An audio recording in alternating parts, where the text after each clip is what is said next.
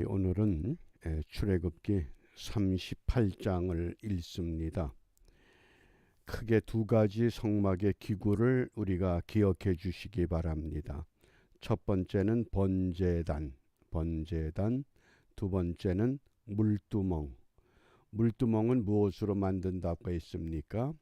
광야에 머물던 여자들이 애굽에서부터 가지고 나온 노수로 만든 거울이 있습니다. 그 거울로 물두멍을 만들면 앞으로 40년 동안 거울을 못 봅니다. 그럼에도 불구하고 그 노스를 다 모아서 물두멍을 만듭니다. 이 성막의 평면도를 소개하겠지만은 항상 머릿속에 그 순서를 기억해 주시기 바랍니다. 성막 문 어느 방향이라고 그랬죠? 동쪽의 성막 문은 무엇을 의미하느냐? 예수님을 만나는 자리입니다. 왜? 예수님께서 내가 양의 문이라고 하셨습니다. 내가 문이다. 그러니까 성막문에 들어서는 순간 예수님을 만나야 합니다. 그리고 바로 앞에 뭐가 있습니까? 번제단. 번제단은 어떤 용도로 사용했습니까? 죄를 지은 사람이 자기 죄를 내 대신 짐승에게 전가시키는 안수를 하고 그 짐승을 잡아서 각을 떠서 번제단에서 완전히 태우고 피를 뿌립니다. 그러니까 죄의 문제가 해결되는 자리가 번제단입니다. 문은 예수님을 만나는 자리, 번제단은 죄의 문제가 해결되는 자리. 죄 문제를 해결하고 그 다음에 어디로 가야 됩니까? 물두멍. 물두멍은 손발을 씻는다 그랬습니다. 그런데 그 물은 무엇을 상징한다고 했습니까? 생명수의 근원되는 물, 그 물은 장차 너희가 받을 보혜사 성령. 그러니까 예수님을 만나고 죄 문제를 해결하고 성령을 받지 않으면 신앙생활이 어렵다고 하는 것, 이것을 우리 기억하면서 먼저 우리 낭독 성경에 따라서 본문을 함께 읽도록 하겠습니다. 제38장. 그가 또 조각목으로 번제단을 만들었으니 길이는 5규빗이요 너비도 5규빗이라. 네모가 반듯하고 높이는 3규빗이며 그 네 모퉁이 위에 그 뿔을 만들되 그 뿔을 제단과 연결하게 하고 제단을 노수로 쌌으며 제단의 모든 기구 곧 통과 부삽과 대야와 고기 갈고리와 불 옮기는 그릇을 다 노수로 만들고 제단을 위하여 놋 그물을 만들어 제단 주위 가장자리 아래에 두되 제단 절반에 오르게 하고 그 놋 그물 네 모퉁이에 채를 꿰 고리 넷을 부어 만들었으며 채를 조각목으로 만들어 놋으로 싸서 제단 양쪽 고리에 그 채를 꿰어 매게 하였으며 제단은 널판으로 속이 비게 만들었더라. 그가 놋으로 물두멍을 만들고 그 받침도 놋으로 하였으니 곧 회막문에서 수종드는 여인들의 거울로 만들었더라. 그가 또 뜰을 만들었으니 나무로 뜰의 남쪽에는 세마포 포장이 100규빗이라. 그 기둥이 스물이며 그 받침이 스물이니 놋이요 기둥의 갈고리와 가름대는 은이며 그 북쪽에도 100규빗이라. 그 기둥이 스물이며 그 받침이 스물이니 놋이요 기둥의 갈고리와 가름대는 은이며 서쪽의 포장은 50규빗이라. 그 기둥이 열이요 받침이 열이며 기둥의 갈고리와 가름대는 은이며 동으로 동쪽에도 50규빗이라. 무늬 쪽의 포장이 15규빗이요 그 기둥이 셋이요 받침이 셋이며 문 저쪽도 그와 같으니 뜰문 이쪽 저쪽의 포장이 15규빗씩이요 그 기둥이 셋씩 받침이 셋씩이라. 뜰 주위의 포장은 세마포요 기둥 받침은 놋이요 기둥의 갈고리와 가름대는 은이요 기둥 머리싸개는 은이며 뜰의 모든 기둥에 은 가름대를 꿰었으며 뜰의 휘장문을 청색 자색 홍색 실과 가늘게 꼰 패실로 수놓아 짰으니 길이는 20규빗이요 너비와 높이는 뜰의 포장과 같이 5규빗이며 그 기둥은 넷인데 그 받침 넷은 노시요 그 갈고리는 은이요 그 머리싸기와 가름대도 은이며 성막 말뚝과 뜰 주위의 말뚝은 모두 노시더라. 성막 곧 증거막을 위하여 레위 사람이 쓴 재료의 물목은 제사장 아론의 아들 이다말이 모세의 명령대로 계산하였으며 유다 지파 훌의 손자여 우리의 아들인 부살렐은 여호와께서 모세에게 명령하신 모든 것을 만들었고 단지파 아히사막의 아들 오홀리압이 그와 함께 하였으니 오홀리압은 재능이 있어서 조각하며 또 청색, 자색, 홍색 실과 가는 배실로 수놓은 자더라. 성소 건축 비용으로 들인 금은 성소의 세겔로 29달란트와 730세겔이며 계수된 회중이 들인 은은 성소의 세겔로 100달란트와 1775세겔이니 계수된 자가 20세 이상으로 60만 3,550명인즉 성소의 세겔로 각 사람에게 은 한 배가 곧 반세겔씩이라. 은 100달란트로 성소의 받침과 휘장문의 기둥 받침을 모두 100개를 부어 만들었으니 각 받침마다 한 달란트씩 모두 100달란트요 1775세겔로 기둥 갈고리를 만들고 기둥 머리를 싸고 기둥 가름대를 만들었으며 드린 롯은 70달란트와 2400세겔이라. 이것으로 회막 문 기둥 받침과 놋 제단과 놋 그물과 제단의 모든 기구를 만들었으며 뜰 주위의 기둥 받침과 그 휘장문의 기둥 받침이며 성막의 모든 말뚝과 뜰 주위의 모든 말뚝을 만들었더라. 아멘.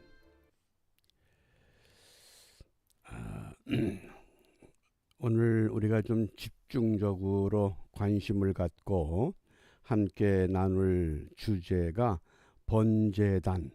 번제단이 무엇하는 장소라 그랬습니까?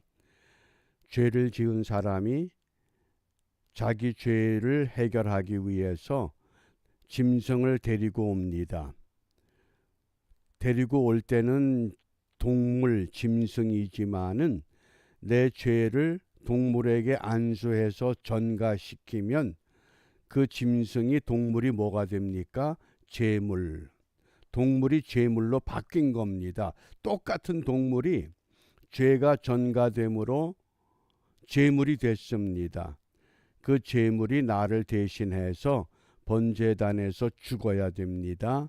완전히 태워져야 됩니다.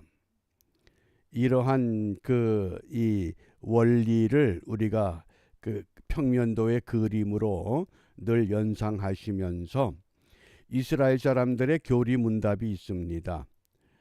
무엇을 물어보느냐? 4가지를 물어본다고 합니다. 첫 번째, 가장 중요한 사람이 누구냐? 오늘 내게 가장 중요한 사람은 누구라고 생각하십니까? 그런데 이스라엘 사람들은 가장 중요한 사람은 대제사장. 두 번째, 가장 중요한 장소는 지성소. 가장 중요한 날은 대속죄일, 성력으로 7월 10일을 말하죠. 그 다음에 우리 현대인의 달력에서는 욤키퍼라고 하는 공휴일로 지키는 날입니다. 가장 중요한 일은 죄 사함 받는 일. 그러니까 어릴 때부터 이 이스라엘 사람들은 철저하게 민족 중심, 신앙 중심을 뼛속 깊이 심어 넣습니다. 세계 중심이 어디냐? 이스라엘. 이스라엘 중심은 어디냐? 예루살렘. 예루살렘 중심은 어디냐? 성전. 성전의 중심은 어디냐? 지성소. 지성소의 중심은 어디냐? 법궤, 언약궤. 언약궤가 무엇하는 장소입니까? 하나님을 만나는 장소. 문에 들어와서 예수님을 만나서 번제단에서 죄를 해결하고 물두멍에서 성령을 받아서 떡상과 등대를 지나서 휘장을 지나서 그 다음에 분향단 거쳐서 바로 지성소에 들어가서 그곳에서 하나님을 만나는. 그러니까 지성소의 중심은 법궤다. 법궤의 중심은 법궤 안에 무엇이 있다고 그랬습니까? 영투 돌판 하나님의 말씀, 계시된 말씀. 그래서 이 성전의 이 평면도를 잘 기억해 주시기 바랍니다. 성막문, 문은 예수님을 만나는 장소, 번제단은 죄를 버리는 장소, 물두멍은 성령을 받는 장소. 그런데 우리 신앙생활하는 그 모습을 잘 관찰해 보면 성막문에 들어왔습니다. 예수를 믿기 시작했습니다. 그런데 번제단을 거치지 못하는 경우가 참 허다합니다. 그러니까 성막문과 번제단 사이 그 A라고 쓴 빨간 글씨, 그 자리에 머물면서 신앙생활하는 경우가 많습니다. 여전히 죄 가운데 살면서 교회는 들락날락하죠. 예수는 믿는 것 같습니다. 그런데 그렇게 되면 이 언약궤가 있는, 법궤가 있는 지성소, 하나님을 만나는 자리까지는 갈 수 없다고 하는 교훈입니다. 그런데 또 어떤 경우는 번제단까지 와서 죄 문제를 해결을 했습니다. 근데 그 다음에 물두멍을 지나야 됩니다. 물두멍은 뭡니까? 성령을 받았느냐? 너희가 믿을 때에 성령 받았느냐? 그랬더니 뭐라 그래요? 그 사람들이 다 예수를 믿었거든요. 그런데 뭐라 그러는 거 아니? 우리는 성령이 있음도 듣지도 못했다. 그런 신앙생활 하는 경우가 이 개혁교회에서는 특히 많습니다. 그건 왜 그러느냐? 잘못 가리켜서 그렇습니다. 예수를 구세주로 시인하면 고린도서에서 성령으로 아니하고는 예수를 주라 시인할 수 없다. 그러니까 예수를 구주로 시인하면 이미 성령 받았다. 이렇게 가리키는 것이 개혁교회의 성령론의 핵심입니다. 그런데 사도행전 말씀을 계속 더 읽어보면 예수를 믿었는데 성령을 못 받았습니다. 그래서 안수하여 성령을 받고 완전히 회복되는 그 좋은 예가, 예수님의 12 제자들이 예수님을 믿었을까요? 안 믿었을까요? 언제 그들이 정말 하나님의 일꾼으로 온전하게 쓰임받기 시작합니까? 오순절 마가의 다락방의 성령 강림의 사건을 거치고 나서야 비로소 진정한 하나님의 사람으로서의 사역이 진행될 수 있었다고 하는 것, 우리가 이것을 기억해 주시기 바랍니다. 이제 우리가 오늘 사순절 40일 동안의 119 기도회에 38번째, 내일 39번째, 토요일이면 40번째로 마감을 합니다. 마감하기 전에 과연 나는 성령을 받은 사람인가?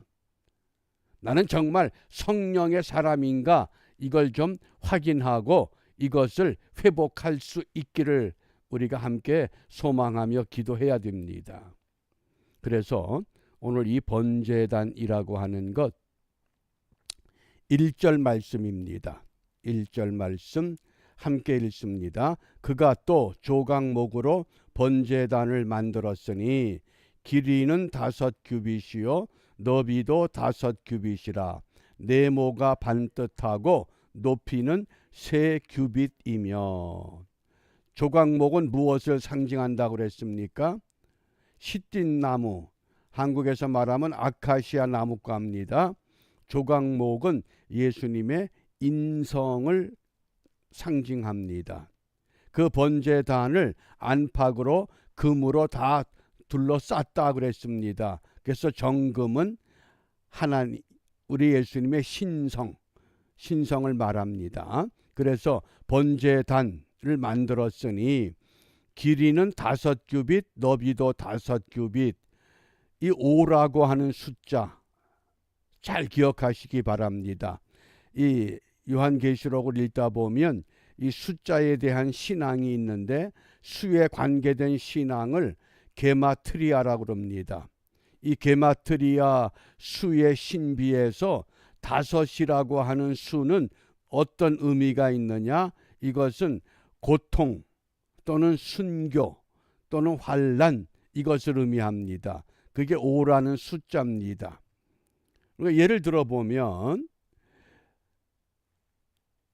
이스라엘 백성들이 요셉의 소식을 듣고 야곱의 일가족들이 어디로 옮겼습니까? 고센 땅으로 옵니다. 애굽의 왕을 만났을 때에 어떤 이야기가 오고 가느냐? 이제 흉년이 전부 7년인데 2년이 지나갔다. 앞으로 5년 더 남았다. 그 5라고 하는 수가 바로 고통, 환난의 수가 되는 겁니다. 사마리아 수가성에서 예수님께서 사마리아 여자를 만나서 물 좀 달라고 할 때 예수님께서 그 사마리아 여자에게 네가 남편이 몇 명이 있었다? 5명이 있었다. 그런데 지금 있는 남편도 네 남편 아니다. 그 5라고 하는 수가 뭡니까? 그게 고통의 수요, 환난의 수라는 겁니다. 다윗이 골리앗과 싸우러 나갈 때에 물맷돌을 몇 개를 가지고 나갔습니까? 5개를 잡았습니다. 그래서 성경에서 이 게마트리아 수의 신비라고 하는 신학에서 5를 고통의 수다, 순교의 수다, 환난의 수다 이렇게 정의를 합니다. 그리고 네모 반뜻하다, 네모 4라고 하는 수, 또 반뜻하다고 하는 것은 하나님의 공의, 하나님의 정의. 그래서 4라고 하는 수는 땅의 수라 그랬습니다. 동서남북. 그리고 높이는 3규빗이다. 3은 뭡니까? 삼위일체. 이건 거룩한 수입니다. 그래서 이 조각목으로 번제단을 만들었는데 번제단에 반드시 3가지가 있어야 됩니다. 뭐가 있어야 될까요? 번제단입니다. 제물을 태워야 됩니다. 그러니까 제물을 태우기 위해서는 불이 있어야 됩니다. 제물을 죽이려면 피가 나야 됩니다.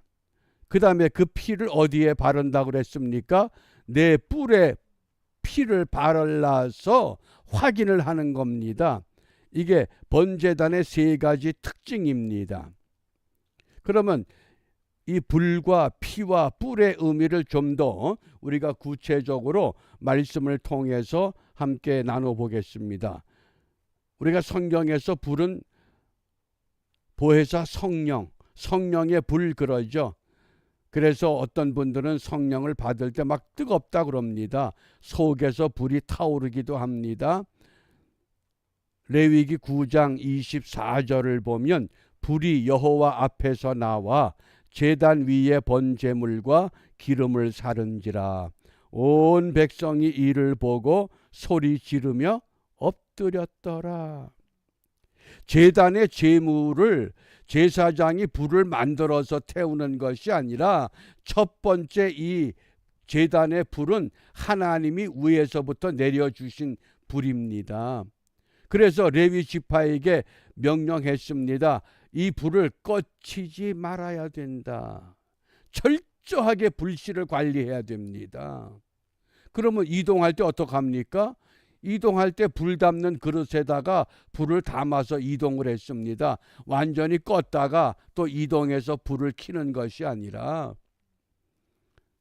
그렇다고 하면 오늘 내게는 이 하나님이 약속하신 이 성령의 불이 내 마음에서 타고 있는가? 그런 열정이 있는가? 그런 뜨거움이 있는가? 그러니까 우리 예수님께서 에베소 교회를 향해서 너희가 불이 꺼졌잖아. 어떻게? 처음 사랑을 회복하라고 말씀하신 겁니다. 처음 사랑이 식어버렸어. 왜? 불이 꺼졌기 때문에.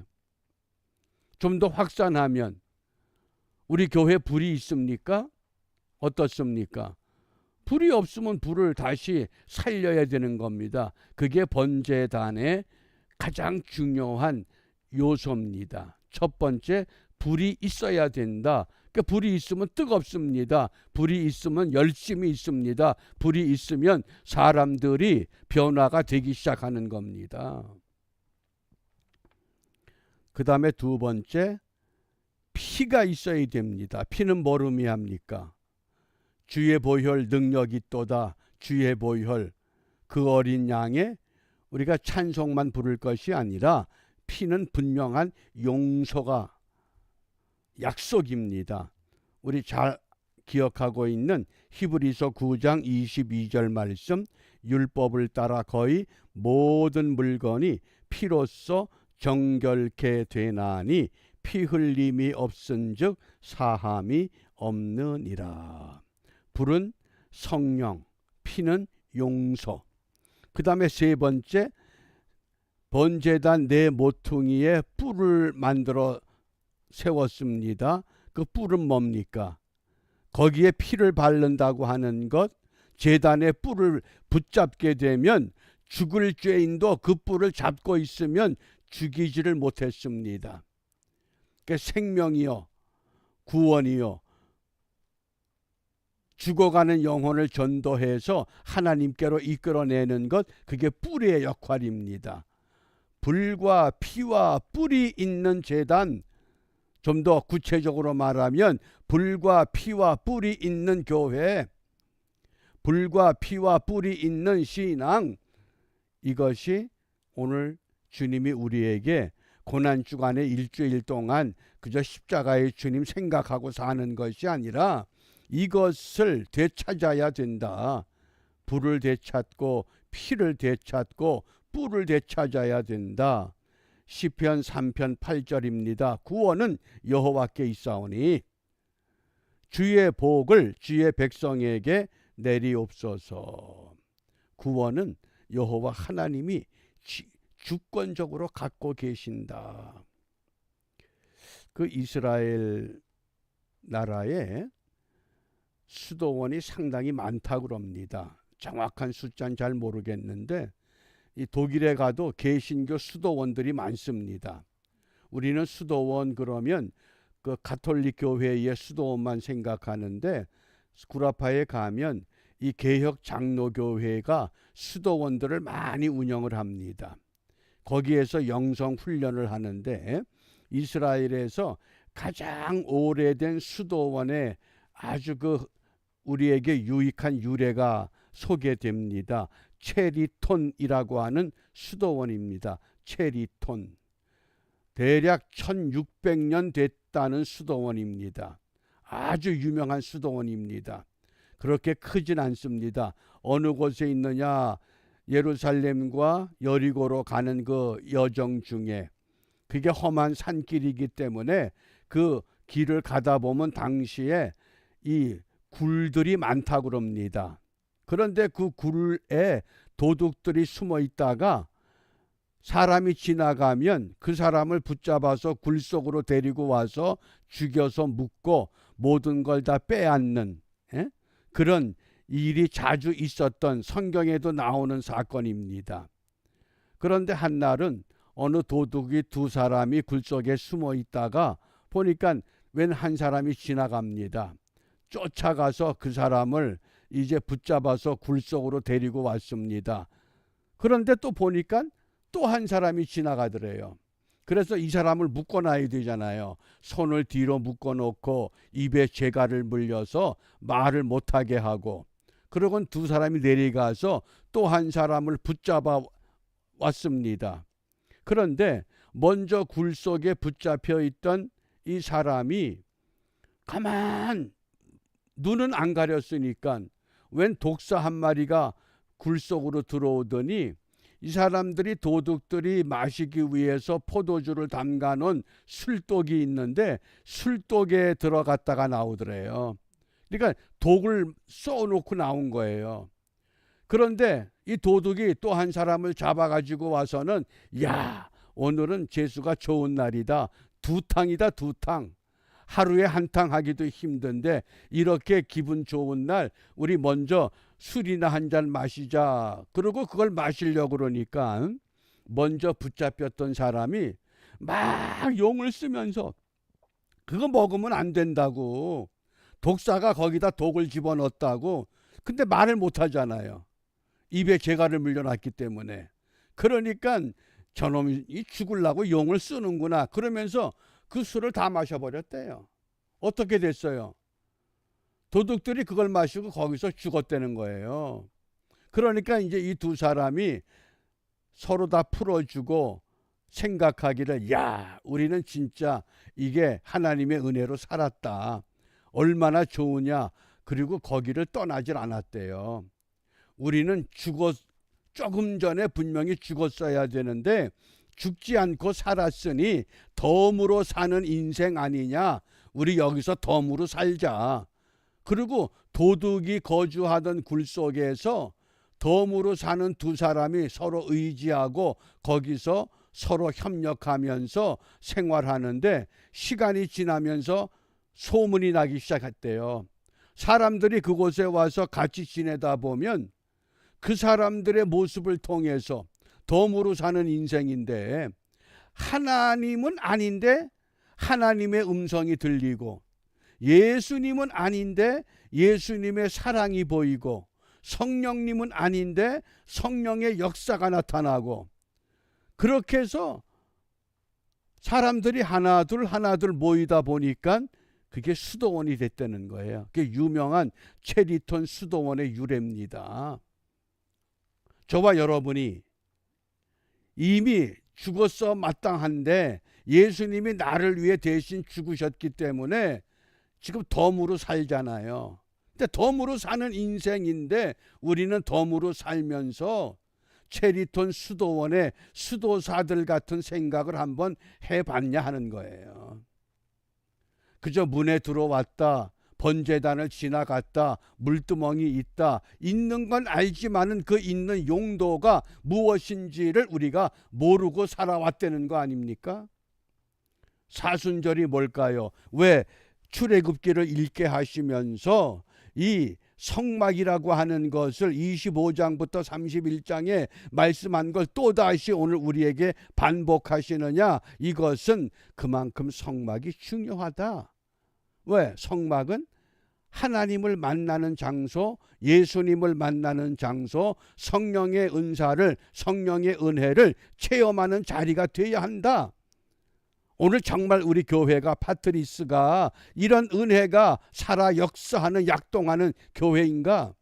하나님이 그것을 회복하라고 오늘 우리에게 당부하십니다. 그런데 그 번제단에 5가지 기구가 있어요. 통이 있고 부삽이 있고 대야가 있고 고기 갈고리가 있고 불 옮기는 그릇이 있어요. 이 기구들이 다 자기 역할을 하는 겁니다. 통은 통의 역할. 통은 뭐예요? 번제단에서 제물이 타면, 그 제물이 재가 나오면 그 재를 담아서 갖다 버려야 되잖아요. 더러운 재, 타고 남은 재, 문재가 쏟아져 나오는 거예요. 부삽은 뭡니까? 그 죄를 퍼 담아야 되잖아요. 문제를 치울 수 있고 문제를 해결할 수 있고, 대야는 뭡니까? 대야는 재물을 거기다 담아서 옮겨야 돼, 제단으로. 그 다음에 고기 갈고리는 뭐예요?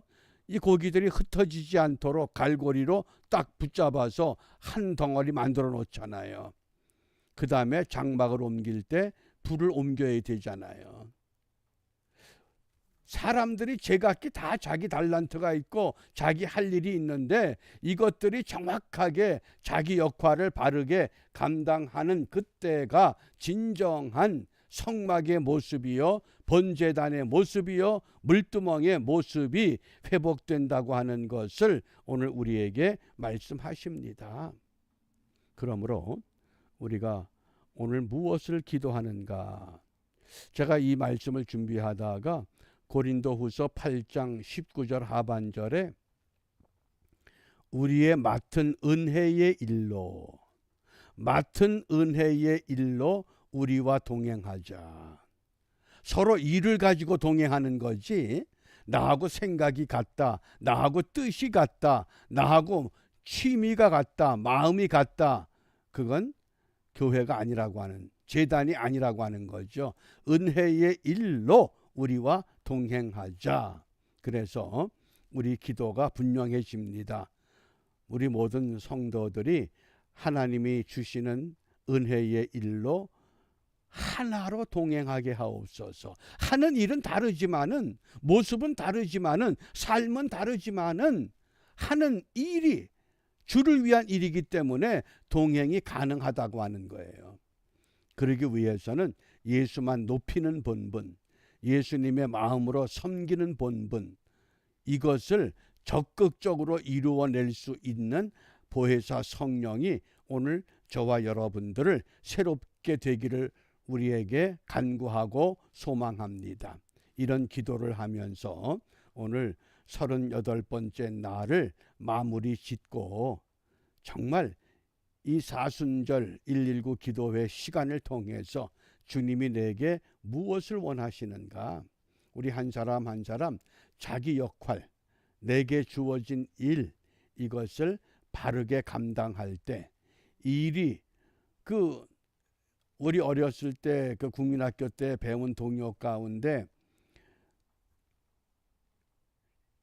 냇물이 흘러 흘러 어디로 가니 강으로 간다. 강물아 흘러 흘러 어디로 가니 바다로 간다.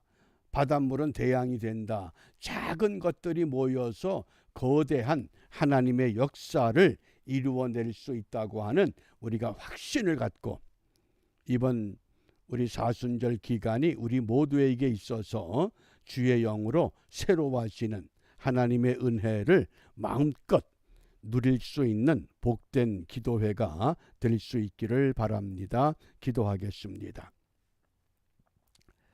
살아계신 나의 아버지 하나님 감사합니다. 2024년 사순절 온라인 119 기도회 시간을 갖도록 우리에게 생각을 주셨고 오늘 38번째 그 귀한 시간을 함께 나누면서 출애굽기 38장의 번제단과 물두멍의 의미가 무엇인가를 다시 한번 우리가 깨닫습니다. 비옵기는 먼저 우리 자신들이 내가 먼저 번제단에 드려져야 할 제물 되게 하시고 온전한 제물이 되어 모든 죄의 문제가 해결되고 약속하신 보혜사 성령으로 충만케 되어 우리에게 주어진 본분을 믿음으로 감당하며 믿음으로 섬기며 믿음으로 사랑하며 믿음으로 함께 일할 때 시작은 미약한 것 같지만 그 나중을 창대케 하시마 약속하신 하나님의 약속을 함께 성취하는 복된 믿음의 지체들이 될 수 있도록 인도하여 주시옵소서. 근본 이러한 기회를 통해서 아버지 하나님, 우리가 해결받아야 할 마음의 소원과 간구와 모든 문제들을 주님은 이미 알고 계시는 줄 믿습니다. 우리가 입을 열어 구하기 전에 하나님은 먼저 아시오니 하나님의 방법으로 하나님의 때에 하나님의 능력으로 우리 한 사람 한 사람을 새롭게 하시고 온전케 하셔서 주님의 일에 바르게 쓰임받는 귀한 지체들로 세워 주시옵소서. 이루어 주실 줄 믿고 예수님 이름으로 기도합니다. 아멘.